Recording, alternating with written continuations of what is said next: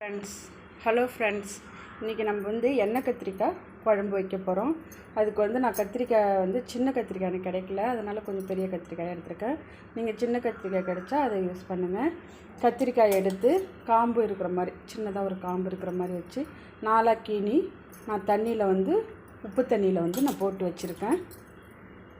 பாருங்கள், நாலாக கீனி உப்பு தண்ணியில் சின்னதாக ஒரு காம்பு, சின்ன காம்பு இருக்கிற மாதிரி வச்சு நான் கீனி உப்பு தண்ணியில் போட்டிருக்கேன்.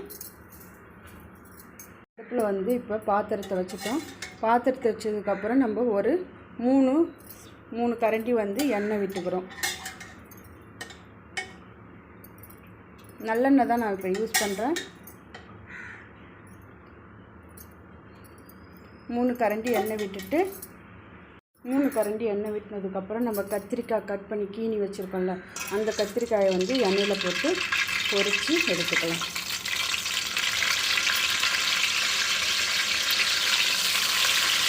கத்திரிக்காய் பாதி வெந்துடுச்சு.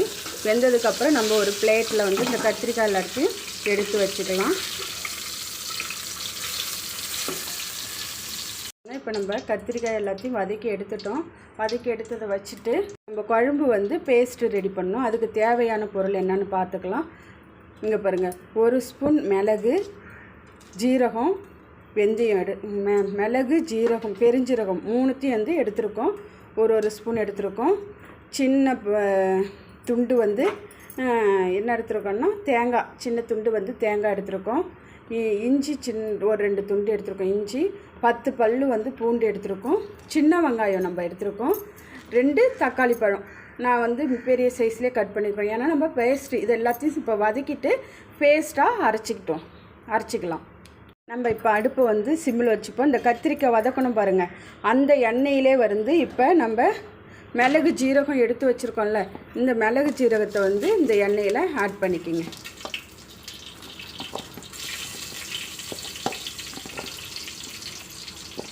மிளகு ஜீரகத்தை போட்டு வதக்கிக்கிங்க.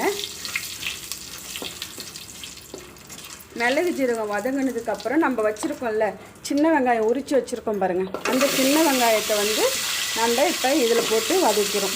இது எல்லாமே சிம்மில் வச்சு வதக்கிக்கிங்க.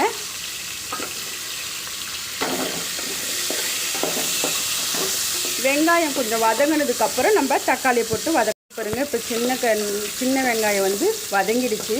வதங்கினதுக்கப்புறம் நம்ம எடுத்து வச்சுருக்கிற இஞ்சி பூண்டு இதையும் இதில் ஆட் பண்ணிக்கலாம். இஞ்சி பூண்டை ஆட் பண்ணிக்கிங்க.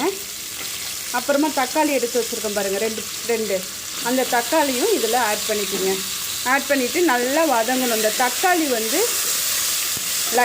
லைட்டாக மாறணும், கலர் மாறி வரணும். அது வரைக்கும் தக்காளியை நல்லா வதக்கிக்கணும். பாருங்கள், இப்போ தக்காளியும் வதங்கிட்டு, தக்காளி வதங்கின அப்புறம் நம்ம எடுத்து வச்சுருக்க பாருங்கள் 3 துண்டு தேங்காயும் போட்டுக்கிறோம். தேங்காய் போட்டுட்டு இதுக்கு தேவையான 1/2 ஸ்பூன் மஞ்சள்தூள் போட்டுக்கிறோம். நான் இதில் 2 ஸ்பூன் குழம்புத்தூள் சேர்த்துக்கிறேன். சில பேர் 2 ஸ்பூன் மிளகாத்தூளும் 1 ஸ்பூன் மல்லித்தூளும் காரத்துக்கு எவ்வளோ தேவையோ அதுக்கேற்ற மாதிரி கலந்துக்குங்க. இதையும் போட்டு இது கூட நல்லா வதக்கிக்குங்க. சிம்மில் வச்சு தான் இதெல்லாம் வதக்கணும், இல்லைன்னா அது கருகிடும். வதங்கினதுக்கப்புறம் இப்போ நம்ம வதக்கிட்டோம். இதை எடுத்து மிக்சி ஜாரில் இது ஆறுனதுக்கப்புறம் மிக்சி ஜாரில் எடுத்து அரைச்சிப்போம் பேஸ்ட்டாக. பாருங்கள், இப்போ அடுப்பை ஆஃப் பண்ணிவிட்டு இதை எடுத்து மிக்சி ஜாரில் அரைச்சி எடுத்துக்கலாம். இப்போ நம்ம வதக்கினதை இப்போ மிக்சி ஜாரில் போட்டுக்கலாம். இதை நல்ல பேஸ்ட்டாக தண்ணி விட்டு கொஞ்சோண்டு தண்ணி ஊற்றி நல்ல பேஸ்ட்டாக அரைச்சிப்போம். அரைச்சிட்டு அடுத்து பார்ப்போம். அரைக்க வேண்டியதெல்லாம் நல்லா பேஸ்ட்டாக அரைச்சி வச்சுக்கிட்டோம். அதுக்கப்புறம் நம்ம அதே வானலை நம்ம அடுப்பில் வச்சுக்கிறோம். வச்சுக்கிட்டு நான் இப்போ நல்லெண்ணெய் ஆட் பண்ண போகிறேன். இந்த மாதிரி காரக்குழம்பு, மீன் குழம்பு, கருவாட்டு குழம்புக்கெலாம் கொஞ்சம் எண்ணெய் கொஞ்சம் ஜாஸ்தியாக விட்டால் நல்லது. நான் இதில் நல்லெண்ணெய் தான் யூஸ் பண்ணுறேன். கடுகு 1 ஸ்பூன் போட்டுக்குங்க. அது நல்லா வெடித்ததுக்கப்புறம் வெந்தயம் 1 ஸ்பூன் போட்டுக்குங்க. அது நல்லா வதக்கினதுக்கப்புறம் கருவேப்பிலை போட்டுக்குங்க. கருவேப்பிலை போட்டு வதங்கினதுக்கப்புறம் 2 பச்சை மிளகாய், கீனி வச்சுருக்கிற 2 பச்சை மிளகாய் ஆட் பண்ணிக்கோங்க. அப்புறம் கொஞ்சோண்டு வெங்காயம் அரிஞ்சு வச்சுருக்கோம். அந்த வெங்காயத்தையும் இதில் போட்டு வதக்கிக்கணும். வெங்காயம் போட்டு வதக்கிட்டு ஒரு 10 பல் பூண்டையும் இதில் ஆட் பண்ணிக்கோங்க. போட்டு நல்லா வதக்கிக்கலாம். சிம்மில் வச்சு இதை செய்யுங்க. சிம்மில் வச்சு நல்லா வதக்கிக்கோங்க. சிம்மில் வச்சு நம்ம வதங்கினதுக்கப்புறம் கொஞ்சம் வதங்கிடுச்சு. இப்போ என்ன பண்ணுறீங்க, நம்ம அரைச்சி வச்சுருக்கோம் பாருங்கள் பேஸ்ட்டு, அந்த பேஸ்ட்டை வந்து இதில் ஆட் பண்ணிக்கிங்க.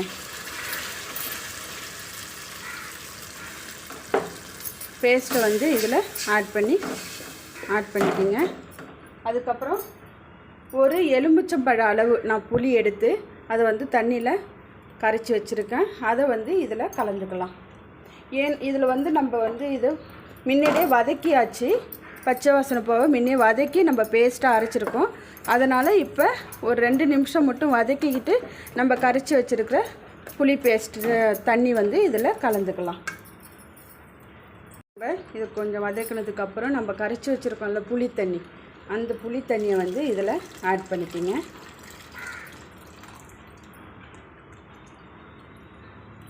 புளி தண்ணியை வந்து ஆட் பண்ணிக்கிட்டு நம்ம குழம்புக்கு தேவையான கிரேவிக்கு தேவையான எவ்வளோ தண்ணி வேணுமோ அதை ஊற்றிக்கலாம்.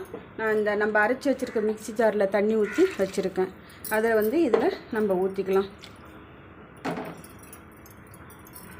வந்து நம்ம இந்த குழம்புக்கு தேவையான உப்பை வந்து ஆட் பண்ணிக்கலாம்.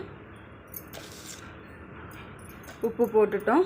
உப்பு போட்டு இதை வந்து சிம்மிலே வச்சு கொதிக்க விடணும். இந்த எண்ணெய் பிரிஞ்சு வர அளவுக்கு நம்ம சிம்மில் வச்சு இதை குழம்பு வந்து குழம்பை மூடி போட்டு எண்ணெய் பிரிஞ்சு வர அளவுக்கு கொதிக்க விடணும். அதுக்கப்புறம் நம்ம பார்க்கலாம். இப்போ வந்து நம்ம இதை திறந்து பார்ப்போம்.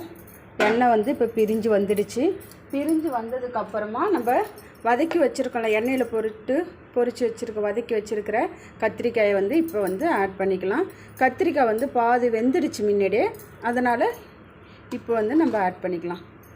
இப்போவும் இது வந்து சிம்மில் வச்சு தான் வேக வைக்கணும். சிம்மில் வச்சு எண்ணெய் பிரிஞ்சு வர அளவுக்கு திரும்ப வேக வைக்கணும். இந்த நேரத்தில் வந்து நம்மளுக்கு காரம் உப்பு எல்லாம் போதுமான்னு பார்த்துக்கலாம். எனக்கு காரம் உப்பு போதும். கொஞ்சம் கெட்டியாக இருந்தால் தண்ணி சேர்க்கணுன்னா இப்போ தண்ணி சேர்த்துக்கலாம். இது எனக்கு தேவையான அளவு தான் இருக்குது, அதனால் நான் இதோட வச்சுக்கிறேன். இப்போ வந்து நம்ம இதில் ஒரு சின்ன துண்டு வெல்லத்தை ஆட் பண்ணிக்கிட்டால் கொஞ்சம் டேஸ்ட்டு நல்லாயிருக்கும். இப்போ ஆட் பண்ணதுக்கப்புறம் இது சிம்மிலே வச்சு நம்ம எண்ணெய் பிரிஞ்சு வர அளவுக்கு திரும்ப நம்ம வேக வைக்கலாம். அதுக்கப்புறம் எப்படி இருக்குன்னு நம்ம பார்ப்போம். இந்த குழம்பை வந்து ஓப்பன் பண்ணி பார்க்கலாம். ஓப்பன் பண்ணி பார்த்தா இந்த ஓரத்துலலாம் பாருங்கள் எண்ணெய் பிரிஞ்சு வந்திருக்கு. இப்போ நம்ம அடுப்பை வந்து ஆஃப் பண்ணிக்கலாம்.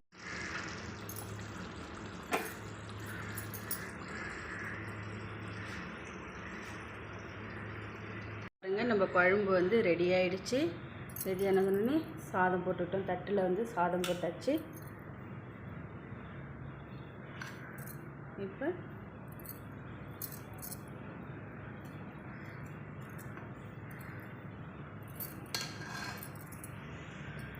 எண்ணெய் கத்திரிக்காய் குழம்பு ரெடி ஆகிடுச்சு. இன்னும் சாப்பிட வேண்டியதான். இந்த மாதிரி நீங்களும் ட்ரை பண்ணி பாருங்கள்.